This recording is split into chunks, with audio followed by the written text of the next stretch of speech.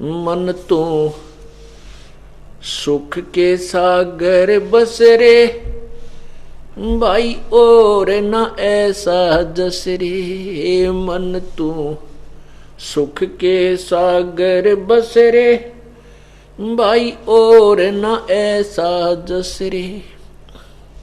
मन तू चल रे सुख के सागर, जहाँ शब्द सिंदूरत नागर।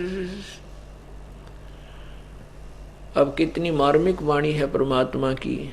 अगर इंसान जरा सा भी सचेत है और परमात्मा चाहता है, ये जो वाणी परमात्मा की एक ही सफिशिएंट है, उसको पर्याप्त है।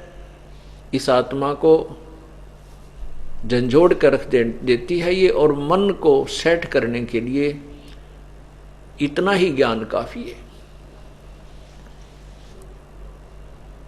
शंखों लहर मेहर की उपज, कहर नहीं जा कोई।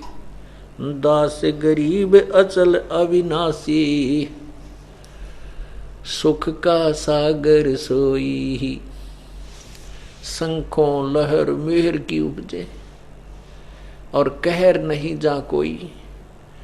यहाँ पर जैसे हमने कभी कभी इतना निर्मल आत्मा बन जाती है, आत्मा इतना मन इतना हल्का हो जाता है कि हमें कोई भी पराया नजर नहीं आता, ना किसी से द्वेष रहता है, सभी अपने से लगते हैं, चाहे शत्रु भी क्यों न हो।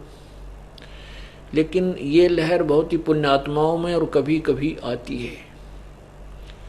वो बहुत ही कम समय के लिए होती है, क्षणिक होती है, क्योंकि यहाँ इतनी भी बहुत मुश्किल से आ पाती है।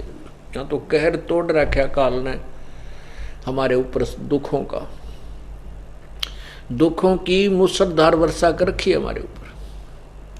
तो परमात्मा कहते हैं शंखों लहर मेहर की उपजे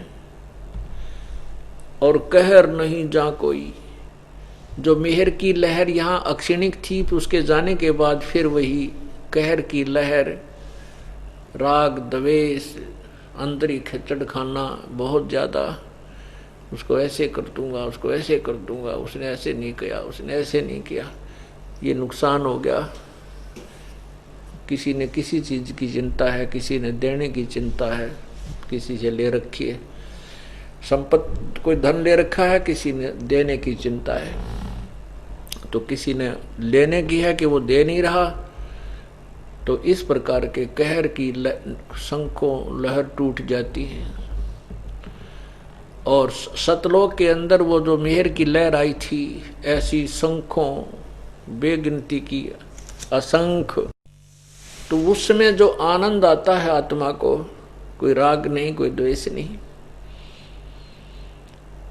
कितना सुख होता है। तो ऐसा सुख सतलोक में सदा ही बना रहता है।